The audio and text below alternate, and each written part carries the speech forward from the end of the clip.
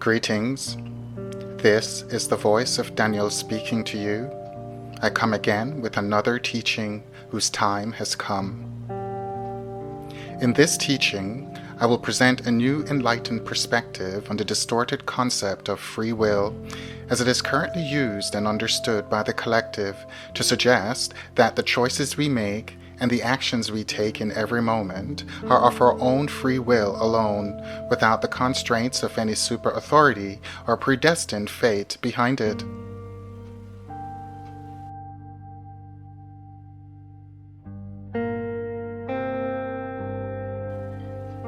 Let's begin with an understanding that we are all participants in the experiment of duality consciousness within the creation based on the original choice to have knowledge of good and evil, and that the experiment in duality consciousness is one that we did not create ourselves, but agreed to participate in as a way to facilitate our mental and spiritual evolution via experiencing.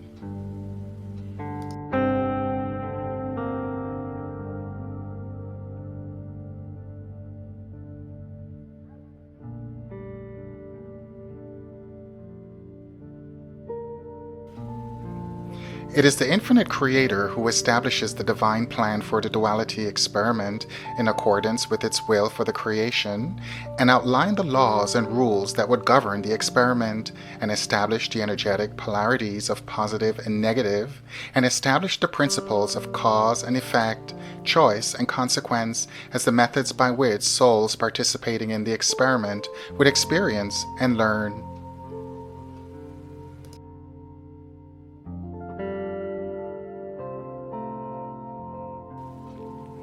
So then, as you will see, the duality experiment that we are participants in is the will of the infinite creator alone, because it was the free will of the infinite creator to establish the duality experiment as a university of sorts for conscious souls at different stages of mental and spiritual evolution to play out experiences, both karmic and new, based on the choices they make and the actions they take and the consequences of those choices and actions, from which to learn about good and evil and the extremes of duality consciousness.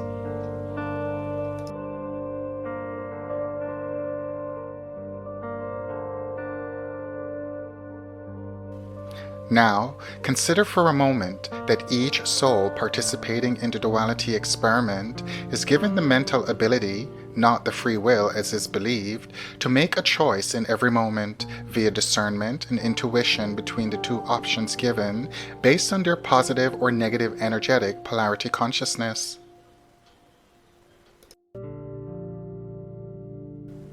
For example, let's consider free will in the context of the allegorical story of Adam and Eve in the Garden of Eden. As the story goes, Adam and Eve were told by the infinite creator that there were two trees in the garden, and that if they were to eat from the tree of life, they would live a long, happy life free of worry and death. But if they were to eat from the tree of knowledge of good and evil, that they would experience challenges and death as a consequence. So, here we see that Adam and Eve were given a predetermined and fated choice between two options in accordance with the laws and rules of the duality experiment. Free will was not an option.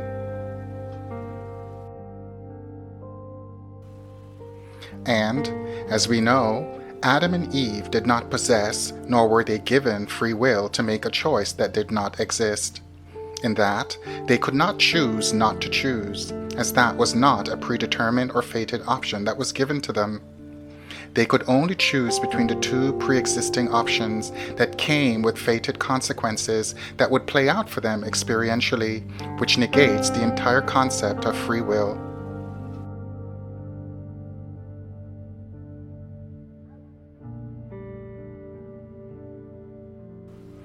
This is important to contemplate because, as you will see, for the concept of free will to be true, one would have to be able to make a third choice that was different from the two predetermined options with which they were presented in the duality experiment. As was mentioned in an earlier teaching, there are no exceptions to the duality of choice.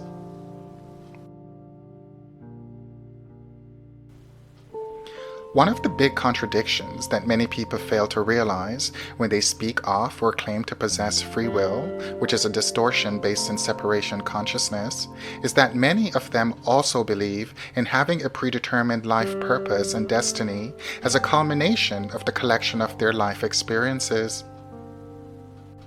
But a belief in a predetermined life purpose and a predestination for their lives negate the concept of free will, because one cannot have a predetermined life plan and destiny for their life that is completely outside their conscious control or ability to affect or change based on the distortion that their choices and actions are of their own free will.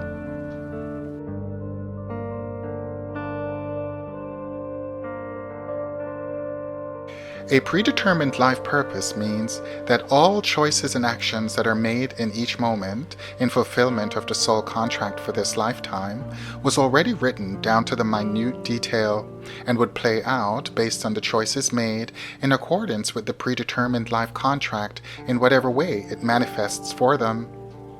This is evidence that free will and a predetermined life purpose and destiny stand in clear contradiction to each other.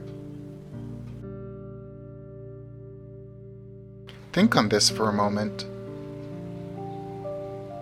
So, as it is written and often recited in the Lord's Prayer, "It is thy will be done on earth as it is in heaven," there is great truth in this when it is considered in the context of the wisdom being shared here. According to the definition of free will as written in the dictionary, it is generally used to mean, quote, "the power of acting without constraint of necessity or fate, the ability to act at one's own discretion," end quote. So, as you can see, free will is not about choice. It is about the actions that proceed after a choice is made. This is the first distortion that creates confusion for the collective who hold to the belief that their choices are an expression of their free will, which is false. All choices are mental processes that occur only in the mind, which is the first cause that precede the will to act. The will to act is not free will, because you are always acting in accordance with a choice that was made between two predetermined options that was outside your control.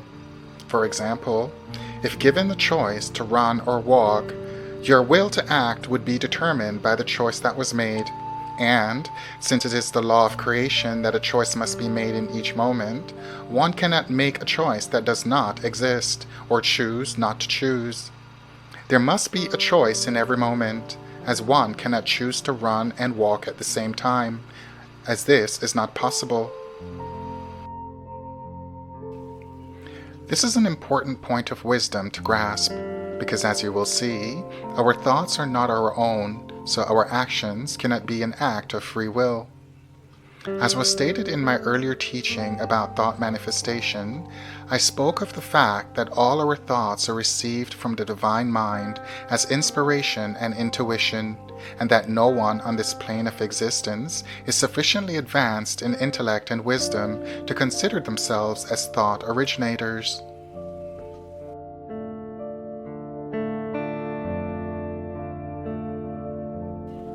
Thoughts are packets of information that is received via the mind and body as inspiration and intuition that we decipher and process much like a computer does. The process of decoding this downloaded information is what we call thinking. Once this information is decoded and understood consciously, we are able to use our discernment to make a choice between the options that are given to us, and from that choice made, we are able to then act accordingly. This is important to contemplate if one is needing a general understanding of what thoughts are and what the process of thinking is all about. It is foolish to think that as evolving souls who are learning from their experiences to further their own mental and spiritual evolution, that we are equal in intelligence to the divine mind of the infinite Creator to be able to conceive of original thoughts of our own free will. This is not possible, as individuated souls because there will always be the infinite creator of all that is, and all that is created as individuated extensions of source consciousness within the creation experiment can never be equal to or better than the infinite source. Have you ever wondered who established the options we are presented with in each moment? Why do we have to make a choice prior to every action we take or not take? Who established the rules in the first place? Why is it that we cannot make a third choice or choose not to choose? Think on these questions for a moment.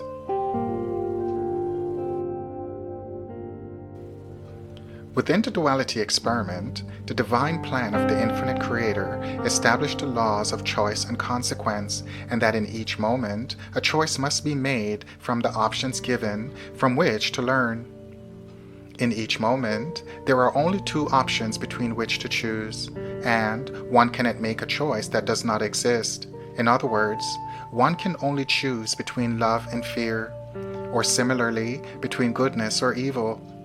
One cannot choose not to choose, as that would be a choice based in fear by default.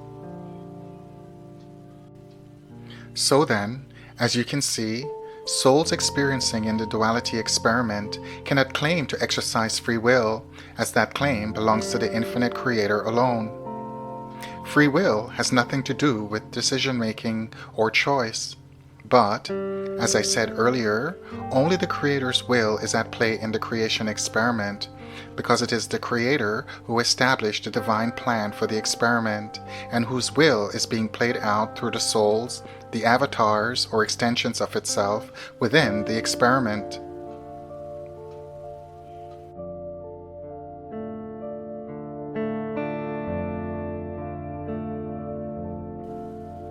Souls within the creation experiment cannot conceive of original thoughts of their own, so all thoughts they receive is from the divine mind as inspiration and intuition. Therefore, any choice that is made is constrained by the predetermined and fated options they are presented with, which is outside their ability to control or affect change. Let's consider a simple example that I hope will illustrate this concept more clearly. Let's consider we are all souls studying at a university to further our mental and spiritual evolution. The head of this university sets the laws and the rules by which all students are to work, learn, and play in every moment. All choices are constrained by the options that are given, between which a choice must be made, but each person can only make one choice in every moment.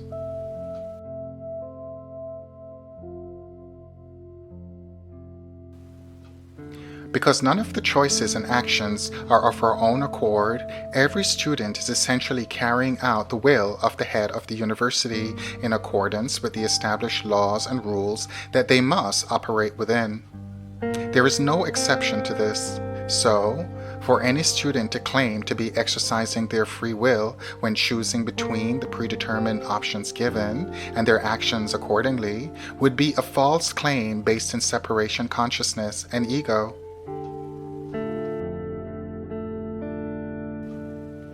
Such is the nature of our roles as participants in the duality experiment, in that we are all acting within the parameters, laws, and rules set forth by the divine plan of the infinite Creator, and that all our choices and actions are the playing out of Creator's will based on the options we are given, the choices made, and the consequences of those choices and actions playing out for us from which to learn.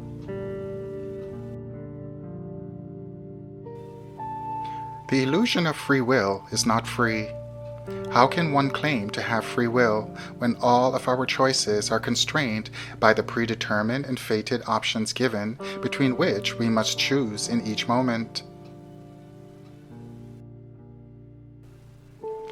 For free will to truly exist for souls within the duality experiment, one would need to possess the divine authority to make a choice that does not exist, or be able to change the predetermined and fated options between which to choose, or have the ability to make or not make a choice without there being any consequence.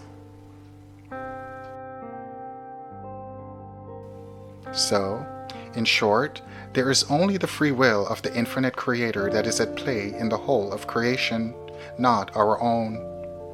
It is quite presumptuous and egocentric to believe otherwise.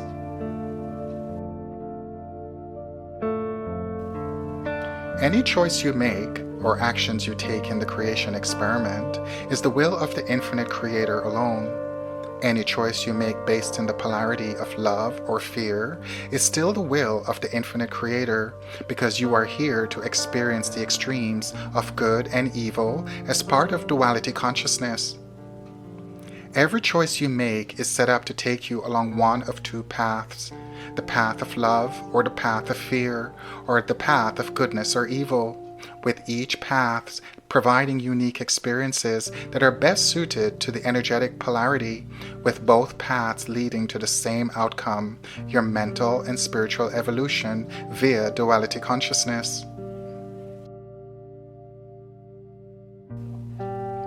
It is time to release this distorted way of thinking that we possess and are exercising our free will when making a choice or acting on a choice made. As avatars of the divine mind, every choice we make and actions we take within the duality experiment is the will of the infinite Creator playing out in the duality experiment via physicality.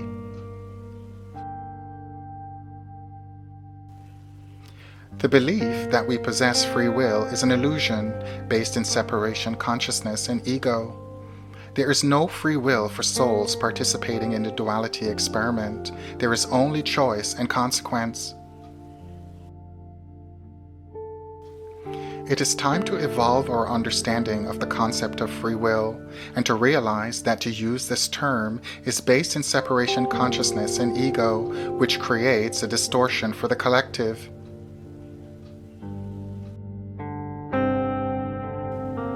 I hope this teaching brought a new enlightened perspective about the concept of free will as it is currently used by the collective in a distorted way.